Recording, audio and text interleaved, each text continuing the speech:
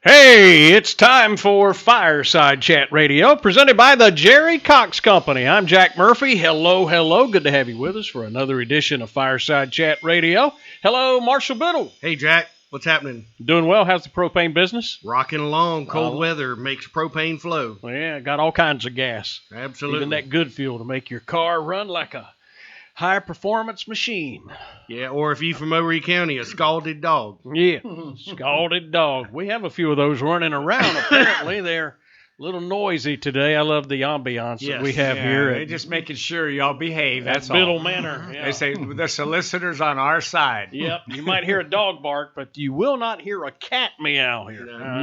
No cats here at the Biddle household. Hello, Deacon. Hello, glad to be anywhere. Yeah, I know. Especially here, it's always a pleasure. Good to see you. Yeah. I'm going to suck up to the solicitor in case I ever get a ticket or anything. So it doesn't work that way. Oh, it doesn't? There is no good old boy system in Horry County anymore. Well, daggone it. Hello, Larry Biddle. Good morning, sir. Great to be here. Welcome to Fireside Chat in winter, which we really have a reason to turn on the fire. I know, right? That's good for business. Yes, sir. Cold weather's good for business. Even if you're in the insect killing business. That's right. Yeah, that too. Yeah. Never gets cold enough here to kill all the bugs. Well, that's good for the spring. And speaking of taking care of bugs, we've got our solicitor for Horry and Georgetown County, Mr. Jimmy Richardson. You've dealt with some bugs before. Man, yeah, we've got all kind of varmint and criminal element running around. No kidding. Well, when you were last with us, we were talking about, or alluding to it, of how you came under budget, when you're talking about PTI. That's something that you, and this comes from growing up on the farm, you want to make the most with resources that you have.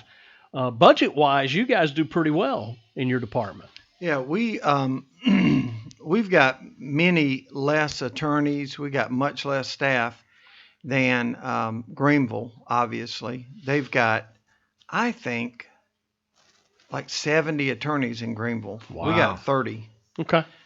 Charleston's got about 50. Richland's got about 45, 50. And we've got many less. So many that the state came in and did a study. And the state actually gave us like 5 more attorneys. We were at 25. But I don't hound the county for more prosecutors. One thing about it is, as long as we can stay busy, I'd rather have a busy crew than somebody with less to do. Yeah. So it's some ways a blessing to have fewer. Because everybody's got something to do. There's no reason not to be, at your desk and going after it. And it's hard enough saying grace over 30 attorneys and about 100 staff. I'd hate to have 200. Sure. It would be so much more. But all of the guys that we got work extremely hard. Some of the guys have gotten, will handle over 1,000 cases apiece during a year. Wow. Now, it's pretty incredible. That is. I mean, nobody ever, in the whole federal system for South Carolina, they may have 400 cases a year. Each one of our prosecutors have got 450 at any given time. So they do a lot with a little, but it really keeps you busy. Well, that's the business model. Yeah. That's what a business model is. Well, thank you. Amen. I stumbled into it, but that's many hands make light work. But as long as there's also that adage there that idle mind's the devil's workshop. So, when people don't have so much to do, they get to looking over there and saying, well, them Biddles, they got all of this, and I don't. As long as you got your nose to the grind, you ain't got time to worry about what somebody else is doing. Sure. Right. How many total cases this past year? Every year for the last 3 or 4 years, it's been around 10,000. Good. Wow. Night. And when I started, it was around, a bad year was 5,500. A good year was about 5,000. So that part has doubled. Are people meaner? I don't think so, Jack. I think what's happened is we have been inundated with drugs, and it's totally switched from cocaine and crack cocaine to heroin. So heroin's a different type beast. You have to take it every day, or opioids every day if you're addicted to it. So you are going back and forth to that dealer, and you can basically draw a circle around these crack houses, and not crack houses, heroin dens, and everything is getting stolen. It's like locusts when there's one in the community, and that's why we've been really aggressive with our nuisance actions. Right. Now, y'all locally will hear about nuisance actions about once a month.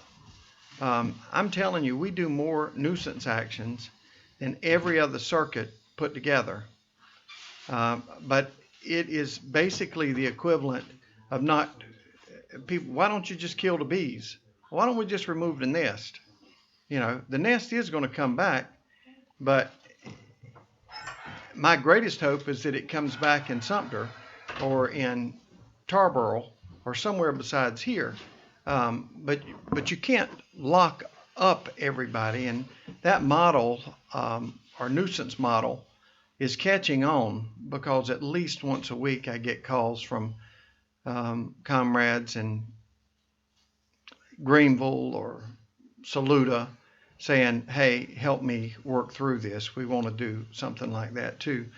But we closed down one last week, or started the process to close down that little pop-up club in Longs, where there had been several shootings, no business license, and just close it up and board it up. And that's a model that has worked in other parts of the world, but it really hasn't caught on here in South Carolina until recently.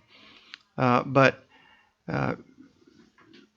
you ask if people were getting meaner. I think that there are more people addicted to drugs. And I do believe that our population, when you and I met in 1989, our population for all of Horry County was 144,000. Yep. It's about 400,000 now. Mm-hmm. That's right. And we've been friends a long time, but that is not an awful long time for your population to basically triple. Sure. Yeah. And we are the fastest growing county in the country. Oh yeah. And so all the things we have is a magnet for whatever really reason, is. good and bad. Yeah, and I've been to New York, and I've can only imagine what it would be like in Buffalo, that part, especially in the winter. I wouldn't live there either. Right. So we are getting a lot of people that are flocking here. Maricopa County in Arizona is right there with us. But we're growing at a rate of about 18% every year.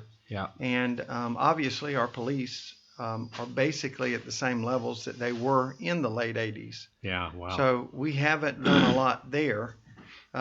It's basically the same. Myrtle Beach has got more officers than they did in the late 80s. But Horry County, not so much. So, well, now it's more of a transient thing here too. It really is. So that kind of makes it.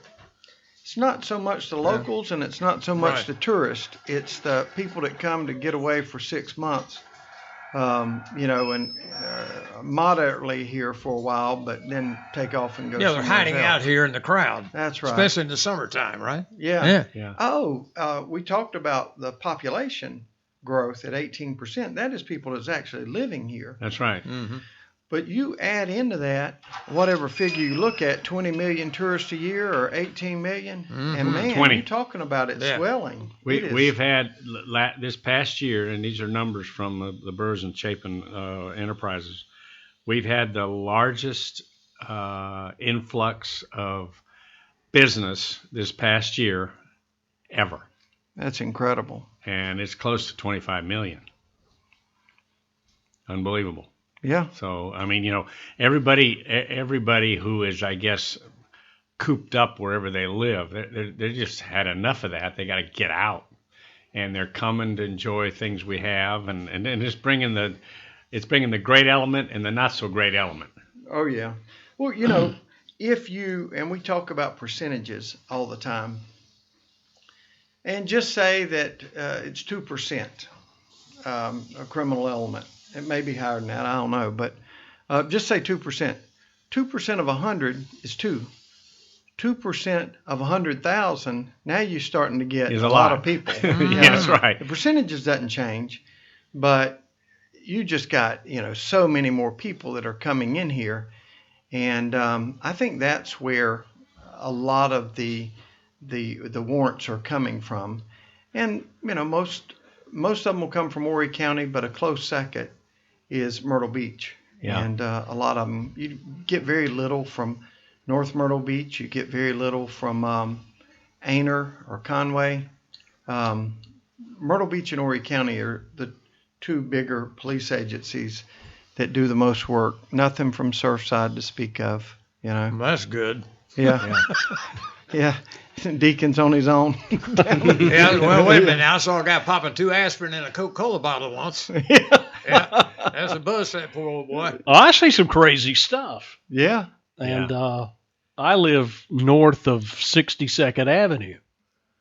And I see some crazy stuff up there. But that's, comparatively speaking, that's a lot safer than the south end of Myrtle Beach, Yeah. Yeah.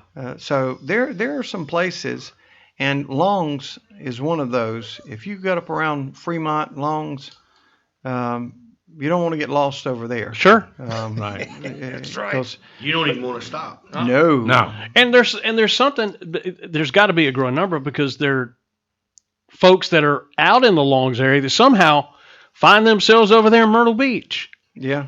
And the same with Kingstree. You have little dynamics and brothers and cousins that are having operations that are just running a circle. Yeah.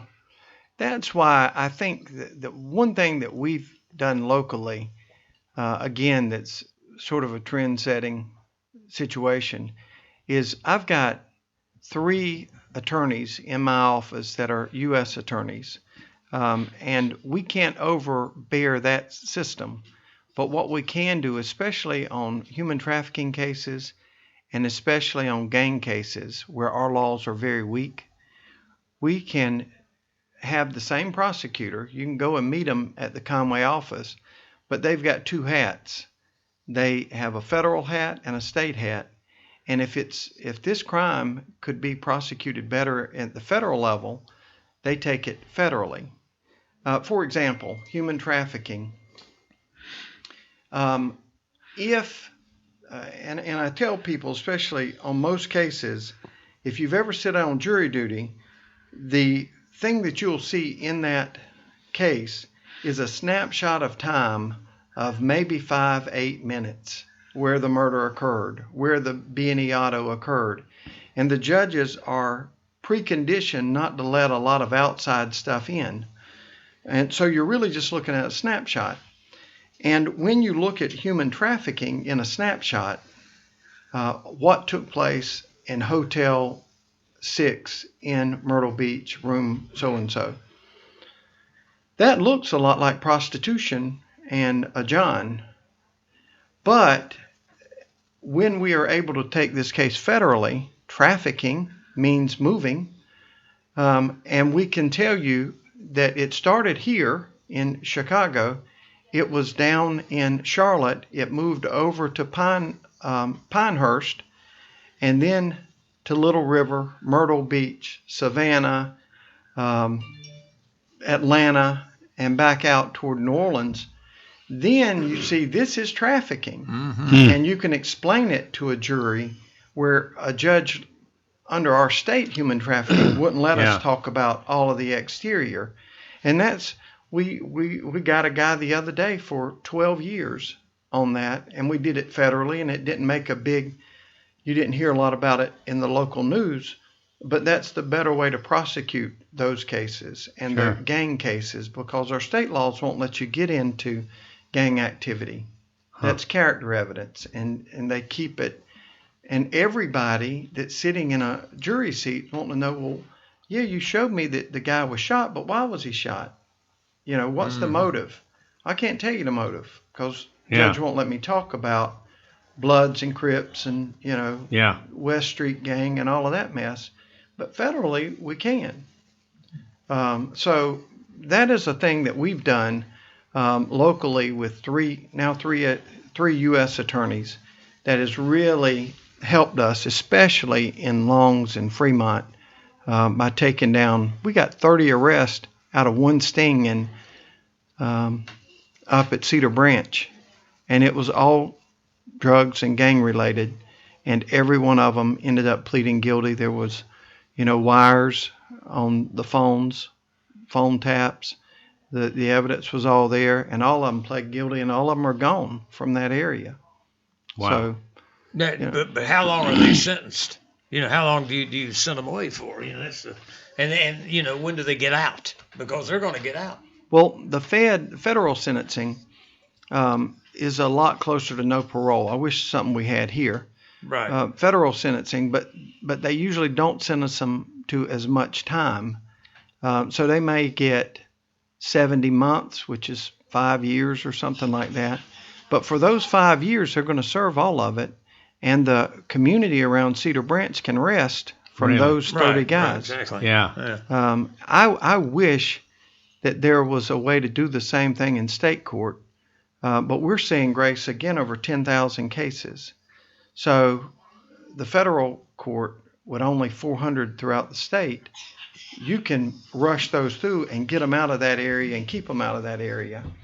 You really just can't do that in state court. Yeah. So, but we've got a lot coming through, and the bulk of it is drugs, and all of the drugs is heroin, and the petty crimes that go along with it, the stealing of the golf cart and the grill, that all relates back to drugs. That is not somebody there are kleptomaniacs, but for the most part, if your stuff gets stolen, it's probably from some sort of heroin addict that is trying to steal and then tote your stuff up to somewhere in Fremont, fence it, and get other drugs. Well, they're welcome to my garage anytime. I got to get cleaned out anyway. They won't make much money.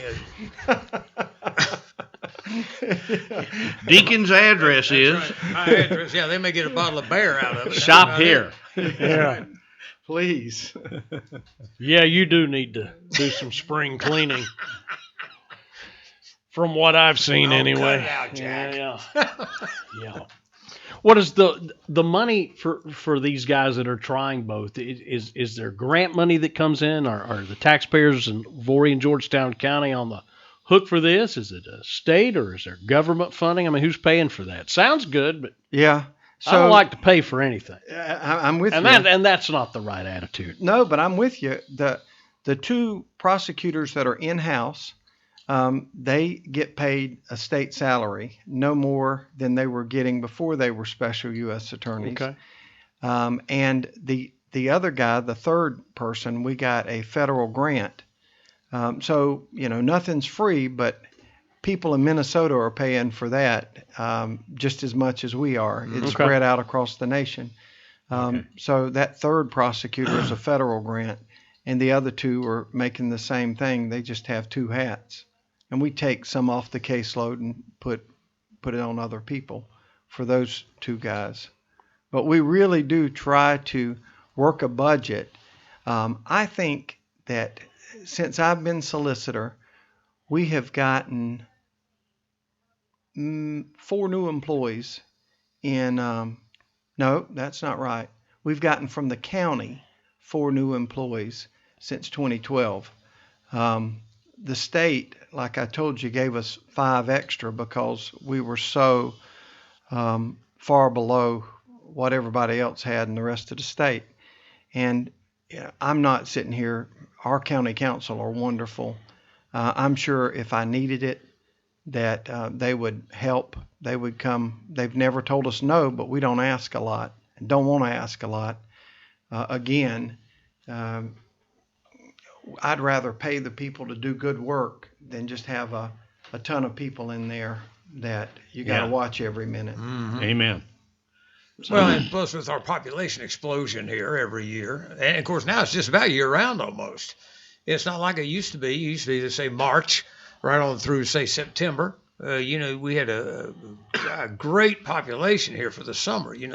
Now it's like almost year round. Of course, that's a lot of population now, but it looks like I think what's going to happen in the future, you're going to get a lot more attorneys, police, the whole 9 yards. It's going to have to happen. I mean, this place is. I think it will too. Yeah. And I mean, I like your budget deal though. I mean, that's a good plan because you're saving us a couple of bucks. But I'm afraid that's what's coming. And it's easier said than done. It would be easy for me to hire more employees, but for the police, they've got to go through a 12-week academy. Mm-hmm. And so many people, even locally, are getting out of the police force. I don't blame now. them. Yeah, I don't either. Yeah.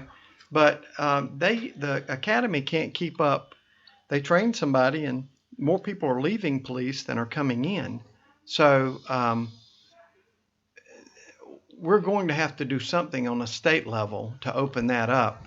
But the academy, we could do it by having local academies. We got Horry Georgetown Tech right there. Yep. And they're more than willing to train officers and basically have satellites. But the academy itself, they don't want to give up control of that because they charge a good bit of money Right. to go through it. And once it starts leaking out, then the guys in Columbia aren't going to have 100% control over the police that are coming in. So right now, all of our county may get 4, 5, 6 police officers during the course of next year. And obviously, a lot of people are leaving at rates higher than 4, 5, and 6. So our there's a lot to say grace over. Are they leaving out of disrespect, or are they leaving because of the pay? The pay is really bad locally. Right, I know that for a fact. Really, really bad. Yeah. These guys, and we got a group in and around Myrtle Beach called the Coastal Shields. They're Right. basically everybody from Boston and New York and Suffolk that have retired and moved down here, and they're pretty young. But you can retire off of a New York police officer salary. I bet. These guys that are going to the county, they're making next to nothing. So they're making a lot of overtime, and the county council and everybody gets mad over that too. But it's just because they don't have nearly as many police. I compare it to, we've basically, I don't mean Barney Five. I'm just saying we still run our police department here like it's Mayberry, where it's really closer to Las Vegas. Right. It's a place where a lot of people are coming in and a lot of people are moving to. But we've got basically the same police force that we had in the late 80s, early 90s. And it's not an easy fix to people say, well, just double the police. You can't get enough people in here to double the police. Right. Yeah. Um, So and it's a 12-month training, a 12-week, but they have to do it in Columbia. yes, sir. So you got that challenge. Can't too. transfer because I know a training facility in North Carolina. So it has to be in the state that you're It's got to hired? be in the state. That's it. Yeah. That's interesting. Yeah, even a North Carolina police officer that would come down, he would have to go through the academy. Wow. What's the big difference? Is what I want to know. Yeah, and he could probably teach it. Yeah, I'm sure. Yeah. How many can they train on a given, that 12-week course? What do they have in there? I think, Marshall, it's like 30 to 50, something like that, and they do several, a year trainings. Right. But you're talking about competing with Newberry, and we got 17 departments around here. You talk about Atlantic Beach and Aner and Pawleys Island, and we all know Myrtle Beach and certainly the sheriff's office. But there's a bunch of state officers just around here and highway patrol. Yeah. And all of them have to go through it. So It sounds like they can turn out maybe 250 a year, and we need 2,500 a year. If we're lucky, we could for get the whole that. state. Right. Yeah. Wow. Because you got Rock Hill, and you compete with everybody. Yeah, that's right. So Now, does that expense of training, does that come out of the officer's pocket, or do municipalities pick that up? Then they're out of pocket, and then the guy decides that, well, I'm moving somewhere else. I mean, that's a catch-22 for some places. They invest in train and put that money into the training, and then the guy's there 6 months or a year, and he's gone. Yeah, we've gotten a lot smarter about that locally because of the high demand for police officers, where the police agencies hire them as a civilian, pay them like they're a cop while they're at the academy, and try to hold on to them for 2 or 3 years. Yeah. Okay. But then every time Myrtle Beach gives a pay increase, then you over here at the county, everybody floods to Myrtle Beach or North Myrtle Beach. Siphon it off. Mm-hmm. Yeah. And then you're constantly swapping police officers. So it's a tough time. I wouldn't tell Josh or Tristan to be in police work. That would be his son and my son. Right. Yeah. Oh, yeah. Right. Yeah. Yeah, he's great with names like that. Especially in an election year. If you only knew. Yeah. Right. My name is usually, hey, bud. Hey, Yeah. sister. Hey, brother. Yeah, I do a lot of that. Hey, wow. Because I know them, but I can't. Yeah. And I never used to do that. I know, but it's one of those things. I wish, there's a lot that I don't want to be like John Jenrette. Now I'm like Deacon here with dated stuff, but Yeah. John Jenrette could remember everybody's name. You're right. And I can't for the life of me.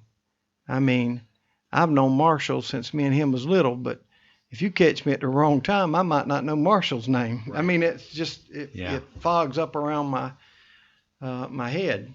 But, Well, it didn't happen while we were doing the interview, but if there was like a major homicide or something, you're one of the first on the scene. You're out there with the coroner a lot of times. That's a part of the job that we're not going to have a lot of time to devote, but can you give us about 2 minutes worth on that? yeah, we had one last week, and Sergeant Greg Lent called me and said, hey, here's what we got. And that was during the national championship game. I had to drop everything and go running out, and that's how the news media always knows that it's not just the shooting. They've called on to that. They say, well, Jimmy's here, somebody's dead. Yeah. Yeah. And if anybody needs a prop for that, it's Sheila, because I know she would. If there was one part of the job, it's that getting up at 3:00 in the morning and going to Bucksport or to Myrtle Beach, and if she doesn't like it, I'm one that really don't like it, because I got to fog out and go. But it makes for a much better case. When we get these case files in, it's one thing to read, but if you're there and you say, like Sun House, all of those murders that ended up being a death penalty. Yeah. I can tell you what it smelled like. I can tell you what it looked like. I can remember. I can't remember names, but I can remember doors that were open and things like that don't seem important at the time.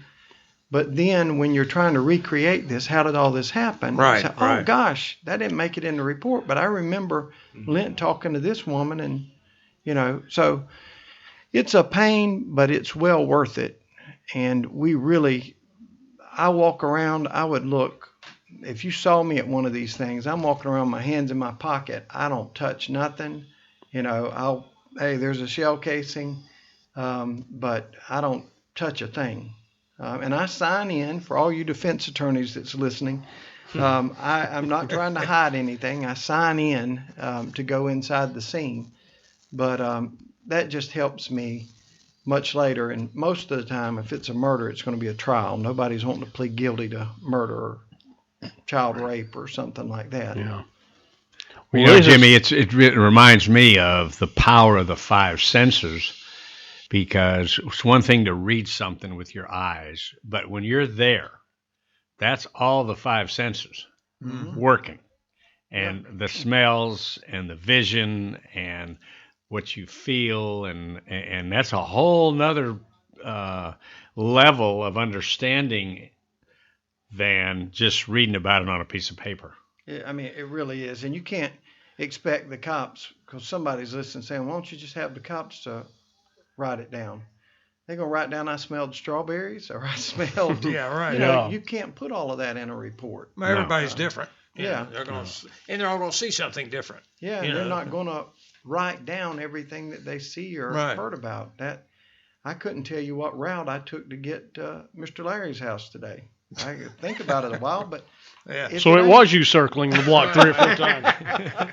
We didn't laugh at you at all. No, we wonder why well, you you were late. came and you conquered, my friend, and as always, I appreciate your friendship and the great job you're doing there. Well, thank you, my Amen. friend. Yep. Look, it was well worth it a week ago coming in here just to get into the house, but now I come back with nothing but coffee. So. Oh no, lunch is on its way. Yeah, You're going to be really impressed. Thank you, sir. Thank you, guys. Good seeing all my friends. Our solicitor for Orion, Georgetown County, the Honorable Mr. Jimmy Richardson.